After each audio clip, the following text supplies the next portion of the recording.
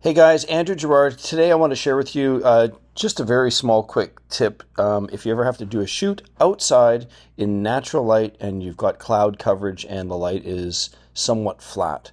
In the studio, of course, we'd create contrast by building walls or negative fill using V-flats. In this case, I'm literally in a tunnel here.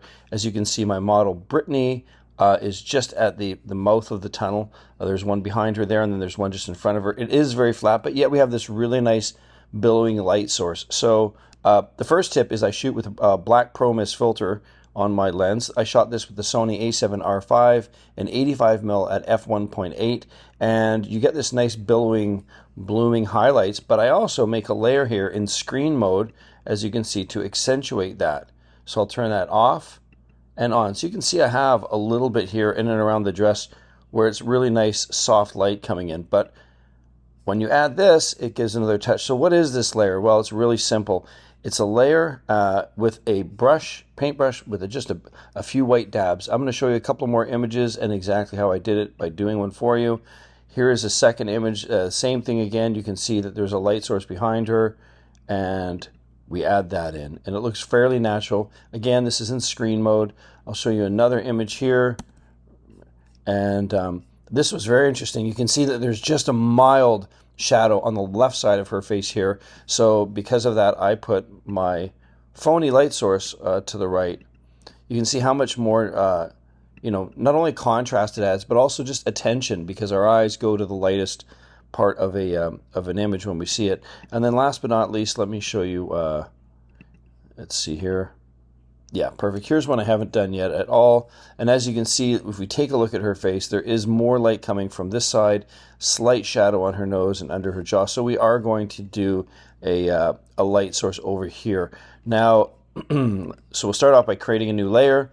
We hit B for brush, make sure your foreground color is set to white. And you can minimize the image if you can, and then maximize your brush by making it bigger. And then you're going to create one daub, because you'll be able to manipulate this layer afterwards, but create one daub at 100% here, just outside of your model, like this. You're going to create one like that, then you'll press Command T and make it a lot bigger. Keeping it to the side, you can create this giant soft light, putting it up or down as much as you want. In this case, I feel like somewhere around here is going to be good. And we're not done. You'll see in a moment how the effect is building, but I'm going to hit B again. I'm going to do this on the same layer. I'm going to make my brush smaller, and I'm going to make it just a little tighter and hit another light, so that this first one is just kind of a base layer of soft light, and I'm imagining a slightly smaller light source to be the center of it. And these lights that are already existing in the image here, here, and here are kind of my guide as to what the actual strength of that light would be. And I might hit a smaller one and then even a smaller one, building upon that right about there.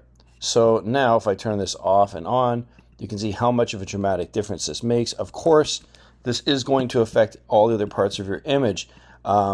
This right now is set to normal, so we're going to go down to screen.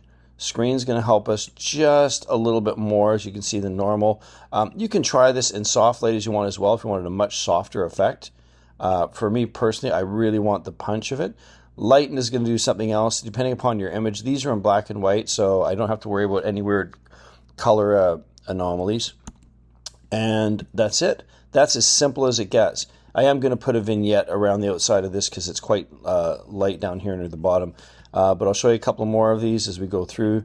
And in context of publishing these for an editorial shoot, these will have a consistent kind of look throughout with this light, this tunnel light kind of idea.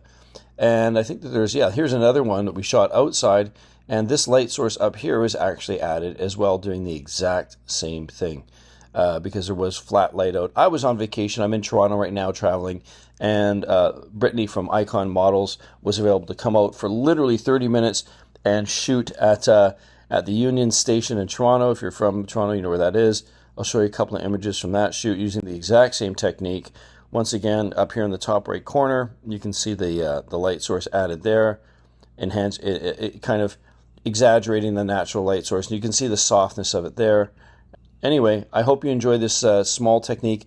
I do employ this in almost all of my work because I really feel that it adds a lot of contrast and interest, I call it, to the image. So that's it for this one. Don't forget to like, comment, subscribe, and thank you, Brittany, and have a great day.